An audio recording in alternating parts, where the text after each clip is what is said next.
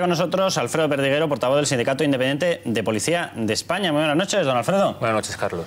Cuando yo he visto estas imágenes, cuando yo he visto las declaraciones de Victoria Álvarez, he recordado la fecha en la cual ella lanzó la primera denuncia, porque yo creo que es conveniente recordarlo para ver si las investigaciones se están llevando a cabo con prontitud o esto lleva una dilación un tanto difícil de explicar. Fue en diciembre de 2012 cuando ella denunció que en el maletero del hijo de Jordi Pujol aparecían bolsas con destino a Andorra. ¿Qué llevaban esas bolsas? Fajos de dinero, billetes de 500 euros. ¿Es normal que se tarde tanto en iniciar unas investigaciones tan importantes cuando había una declaración como la que había hecho Victoria Álvarez? Por cierto, que también denunció maltrato.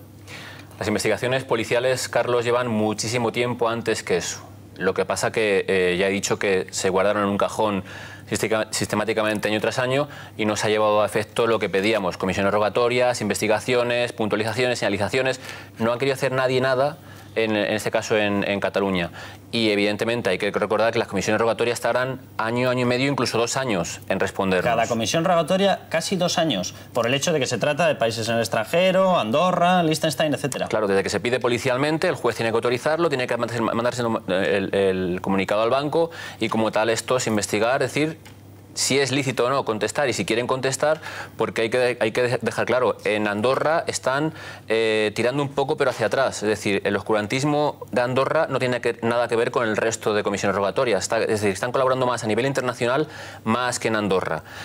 No sé la causa, desde luego ya digo que si se puntualiza que en Andorra tenemos señalizados entre 500 y 800 millones de euros sin saber todo lo que hay realmente, pues evidentemente tendrán que decir por qué ese oscurantismo, porque desde luego digo que nosotros lo pedimos hace años y no han sido nada. Y ahora que parece que están funcionando un poco, tardan eso más o menos año, año y medio, 2 años en función del banco al que se lo pides. Claro, estamos hablando además de un entramado muy fuerte, de un entramado amplísimo que va a necesitar una investigación muy potente. Lo digo porque hay cuentas en Andorra, en Liechtenstein, en Gabón, en Suiza. Supuestamente ha aparecido resto también, o una implantación muy potente de red empresarial de negocio en las Islas del Canal. ¿De cuánto tiempo podemos estar hablando para recopilar a través de estas instancias judiciales todo el material, toda la información?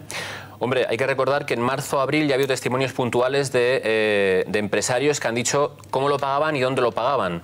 Por tanto, eso nos va a hacer más fácil el camino hacia dónde ir, hacia qué punto ir. Ahora, ya digo, que parte de que los bancos tienen que colaborar. Y como tú dices, hay muchos testaferros, hay muchos judiciarios que son hombres de paja que han estado cobrando o llevando el dinero de un lado para otro, y hay empresas en las cuales no tienen actividad, sin embargo tienen millones de euros de movimiento. Y esto es lo que hay que mirar, porque lo que han hecho es blanquear capital puntualmente, pidiendo créditos en España y a la vez llevándose el dinero en efectivo que tenían, que cobraban de ese porcentaje. Porque lo que hay en los testimonios de la UDEF desde marzo a abril es que hay el 3% era la mordida, el impuesto revolucionario que cobraban sistemáticamente, pero luego las facturas eran entre el 20 y el 25% que cobraban además del 3%. Y es muchos... decir, que el recargo, por llamarlo de alguna manera, o el sobrecoste que le metían, superaba claramente ese 3-4%, entonces. Claro, claro, mucho más. Entonces, te digo que ahora salen envalentonados los empresarios, están comunicando, pero es que hay muchos dicen incluso que la señora Marta Ferrusola es la que hacía de intermediaria en muchos casos y a la vez exigía que su empresa fuese la que estuviese a disposición de tal. Por tanto, el 3-4% puede incrementarse con respecto a la presión, coacción que había por parte de la señora de Jordi Pujol para que contratasen también sus servicios de su empresa. Por tanto, digo, aquí hay un montante muy grande, pero Carlos, hay que puntualizar. Yo esta mañana hablaba con varios compañeros. El que otorgaba las obras no era el señor Jordi Pujol. O sea, había algún responsable político de la Generalitat de Barcelona, de Cataluña, que no ha hecho bien sus deberes o que ha cobrado también. Y había algún responsable político de su partido que igualmente tal. Por tanto, yo he dicho que sí. Ahora se puntualiza sobre Jordi Pujol y la fortuna de sus 7 hijos y de él. Pero que alguien más tiene que haber responsable, y si que si el juez imputa puntualmente a este señor y a la familia, esperemos saber quiénes son todos los que están detrás y quiénes han cobrado y han callado durante más de 23 años. ¿Te atreves a dar una fecha aproximada de cuándo se podría terminar esta investigación? Me gustaría que fuese antes de ayer, Carlos, pero por desgracia va a ser mucho más larga de lo que sea, ya digo, porque... Mucho más larga, años hablamos. Años. Ya digo que puntualmente, o sea, hemos dicho que puede llegar hasta los 1.800 en el extranjero, 3.000 en operaciones inmobiliarias.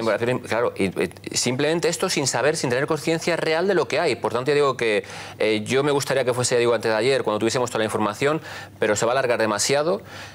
Sí que esta mañana, hablando con algún fiscal ayer, decía que igual puede conceptuarse como delito continuado y, por tanto, el delito fiscal de los últimos 5 años igual no se conceptúa y se ve todo lo que han hecho en sí. Le digo, pero un montante tan grande, pueden imputarse hasta varios delitos en función de lo que han hecho, han dejado de hacer, cómo han movido el dinero. Pero el problema es que, por desgracia, nuestra ley, el delito fiscal, si pagas la multa, quedas exonerado. Es decir, no tienes como tal que devolver el dinero, no tienes como tal que ir a la cárcel, pagas tu multa y aquí primero paz y después gloria. Hablamos de muchísimo dinero.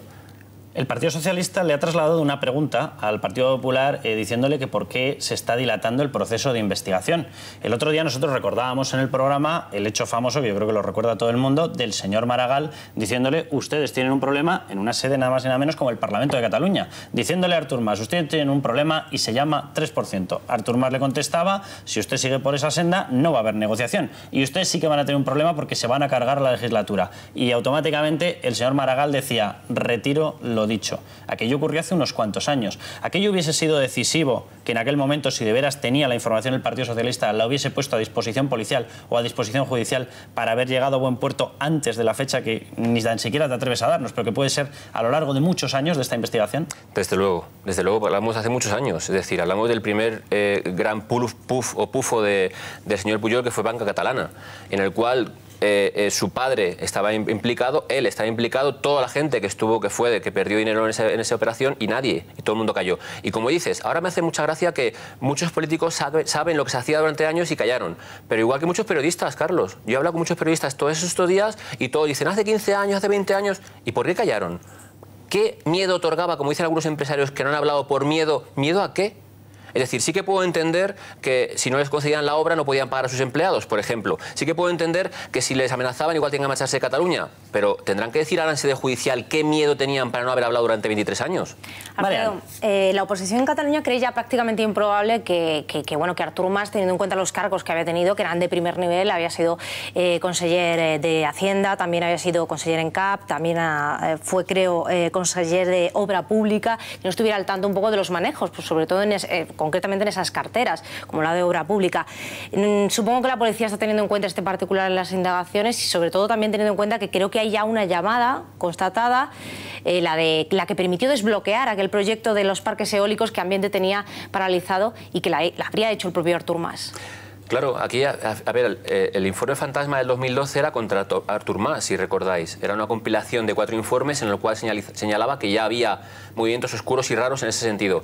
Pero igualmente cayó. O sea, y al policía que denunció estas prácticas, aun habiendo entregado el informe en sede judicial, le metieron 45 días de empleo y sueldo por vía policial. A Fornet.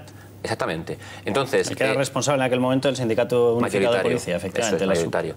Entonces, a lo que voy, si como tal la transparencia, yo siempre he denunciado, lo sabe Carlos, la politización de la policía y siempre me he peleado por ello. Y en este caso lo demuestra, es decir, ¿por qué si nosotros somos apolíticos, por qué si nosotros investigamos a uno, sea quien sea, no se dan trámite, no se saca adelante los informes? ¿Por qué? Pues hay un responsable político, que es un director general, que tendrá que explicar igualmente. Y es dentro del contexto este que digo, que no se han hecho las cosas como se han tenido que hacer, porque el informe se ha hecho público, porque los compañeros de la UDEF durante años han trabajado mucho y muy duro y nadie les ha reconocido el trabajo. Es decir, ha parecido que nadie ha trabajado. Hicieron público a los medios de comunicación el informe del 2012 y ahora hacen este informe igualmente, que es una demostración de todo lo que puede venir por detrás. Y que si los medios de comunicación vosotros no lo hacéis público, hablaríamos igual otros tantos años después y nadie sabría nada. Porque hay que recordar, el señor Jordi Pujol ha hablado porque se ha visto con el agua al cuello. Ha visto que muchos testimonios de empresarios están diciendo que este señor es el que me ha cobrado, que este señor es el que me obligaba para, si quería hacer la obra, cobrarme. Y por tanto ya no tiene escapatoria ninguna. Ahora está toreando para ver si quita la culpa a los hijos. Pero aquí les aseguro que tanto los hijos como él van a pagar. Esperemos, como dice Carlos, que sea más pronto que tarde, porque es muchísimo dinero de los catalanes y de los españoles al final, y que hoy se valió para emplearlo para muchos fines sociales y que ahora mismo no hablaríamos de muchas cosas que tiene con la crisis. Sí, Marian. Bueno, le quería preguntar también si, como sabe, el sindicato Manos Limpias también se ha personado en la causa contra Pujol y ha pedido incluso que se les retire el pasaporte porque cree que hay riesgo de fuga tanto de él como de Marta Ferrusola. ¿La policía teme este particular? No. Es un señor que ya es mayor, ella es mayor, tienen su vida hecha y rehecha, tienen sus bienes. De hecho, las imágenes que habéis sacado, está en la sierra y está tan tranquilamente, tan plácidamente, como si no hubiese pasado nada. O sea, todo el mundo de los nervios y él está más tranquilo. No sé si es una imagen que quiere dar o ya es que ya está pasado de vuelta de todo y le da igual soquearre, pero ya no tiene ninguna animosidad, le da igual. Sí que hay que decir, algún medio dice que ha dado la cara a él. No, señor, se la ha encontrado a él. Porque él llevaba 10 días en el pueblo y él quería seguir tantos más sin estar localizado. Se la ha encontrado y como tal se le ha ido a preguntar. Y sí que me dejas, hay un momento que los periodistas cuando iban detrás de él, la mujer se ha puesto un poco chula incluso. Dice, y si entráis aquí dentro de la finca, pues ya os detienen. O sea, encima con chulería. ¿Qué quiero decir? En vez de ser un poco modestos y reconocer o no reconocer como hizo él, ahora se ponen encima chulos para decir que, bueno, pues que al final son casi intocables. Y la impunidad que había todos estos años y el sentir de que era una cosa instaurada y que era normalidad, yo creo que se ha hecho pensar que nunca iba a salir esto, que nunca les iba a pasar nada y que evidentemente nunca les íbamos a imputar todo lo que va a salir más adelante. Alfredo, ¿encontráis en la policía algún paralelismo entre lo que está ocurriendo de los retrasos, la dilación en las investigaciones en Cataluña, y me voy a otra zona, a otro territorio español, por ejemplo, con lo que está ocurriendo en Andalucía? Lo digo que yo esta mañana repasaba las cifras de los mayores casos de corrupción, no por una cuestión cualitativa, sino cuantitativa, el dinero que se ha movido en ellos. Y cuando sumamos lo que ha pasado en Andalucía, caso Malaya, Operación Edu, la famosa historia de los fondos de formación, y caso ERE, la verdad es que la cifra es impresionante, son más de 6.000 millones de euros. Y estamos todavía, el caso Malaya sí, ese ya está absolutamente cerrado, el resto no. Seguimos sin saber qué es lo que ha ocurrido y son casos que se remontan a una década o más. Claro, pero los ERE, por ejemplo, como tú dices, la jueza Laya denunció la falta de colaboración de la policía con ella en la investigación. De hecho, sabes que a mí me echaron una falta grave, 15 días de empleo y sueldo, por denunciar que habían quitado a la mitad de la plantilla de la policía para investigar eso. Quitaron a la policía al final y metieron a la Guardia Civil para investigar. Y es eso, ahí. El problema de los ERE es que es tantísimos informes, tantísimos. De hecho, el consejero ha dicho que va a tardar 1 año o 2 años en demostrar y en cotejar todo eso. Pero como tú bien dices, si vemos los 3, 4, 5.000 millones que puede haber en los ERE de Andalucía, los 2, 3.000 millones que puede haber... Madre mía, nos hemos vuelto locos. O sea, hablamos de miles de millones de euros como si fuesen churros. Y esta mañana contemplaba con los compañeros que es que antes hablamos de millones de pesetas y ahora hablamos de que cada millón de euros es 166 millones de pesetas. O sea, y yo creo que nadie es consciente realmente de la cantidad de dinero que es lo que estamos hablando. Hay un informe que realizó el año pasado la Universidad de Las Palmas cuantificando cuál era el impacto, lo que perdíamos todos los españoles por la corrupción al año. No lo que se robaba, sino lo que perdíamos por lo robado, más por el impacto que teníamos como marca España, que lógicamente se ve manchado por la corrupción, más las inversiones que perdíamos. ¿Sabes cuál es la cifra que se estima al año? 40.000 millones de euros. Es un informe de la Universidad de Las Palmas. Antes de salir lo de Pujol. Antes de salir de Pujol, esto fue el año pasado. Pues suma ahora y veremos a ver cuánto sale al final del siguiente informe. Nos podemos quedar anodados. Pues estaremos pendientes. Muchísimas gracias, Alfredo. Carlos.